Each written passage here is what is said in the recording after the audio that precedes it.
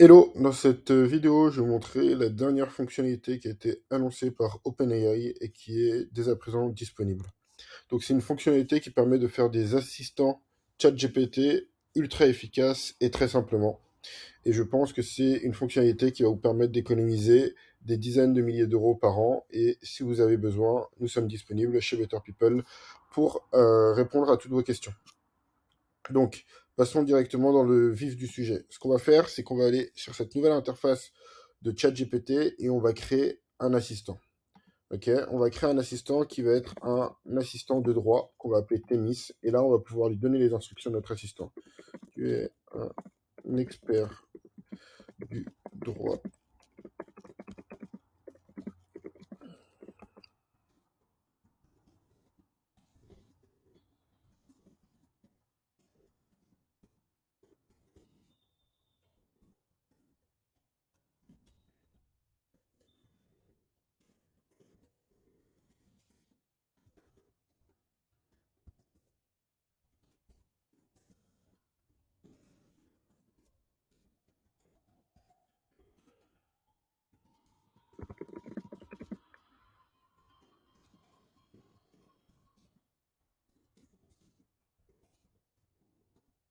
Donc là, je lui ai donné un prompt qui est assez simple, qui va lui demander de m'aider à chaque fois que je vais travailler sur des problématiques de droit. Donc on pourrait l'élaborer plus, mais pour cette démo, on va rester assez simple.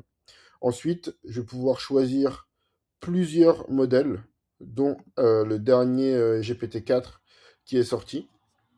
Ici, je vais avoir plusieurs fonctions. Ce qui va nous intéresser, c'est le retrieval qui permet d'aller chercher des informations dans un document qu'on aurait upload. Derrière, ce que je vais pouvoir faire, c'est que je vais pouvoir venir ici et dire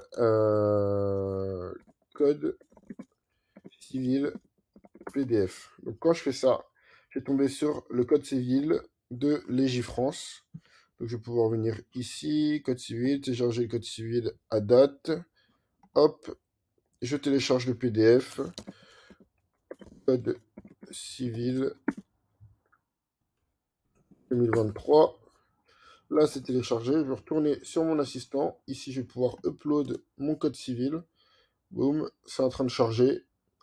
Et donc, ce que ça va faire, c'est qu'on va pouvoir sauvegarder l'assistant. Et là, je vais avoir un nouvel assistant qui s'appelle Thémis, qui a eu le code civil en PDF, dans lequel ChatGPT va pouvoir aller chercher directement pour qu'on puisse lui poser des questions. Donc là, ça crée l'assistant, ça met un peu de temps à sauvegarder. Nickel, donc là, mon assistant a été créé et je vais pouvoir tester mon assistant dans une fenêtre de Playground. Donc là, je vais lui poser des questions sur comment fonctionne la garde alternée d'enfants lors de divorce. Donc là, je vais pouvoir poser ma question. On voit ma question qui se repose ici. Et donc là, ChatGPT, en arrière-plan, est en train d'aller lire les parties importantes du document pour me répondre et pouvoir me faire une réponse détaillée. Tac. Et donc là, je vais avoir une réponse ici. Et je vais pouvoir suivre la conversation. Donne-moi les extraits d'articles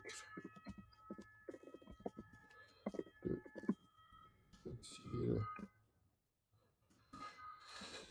lesquels de base et vulgarise les mots. Et donc là, il m'a donné une première réponse. Et ce que je lui ai demandé, c'est de pouvoir me citer des sources de manière plus pertinente et surtout de pouvoir me les vulgariser ensuite.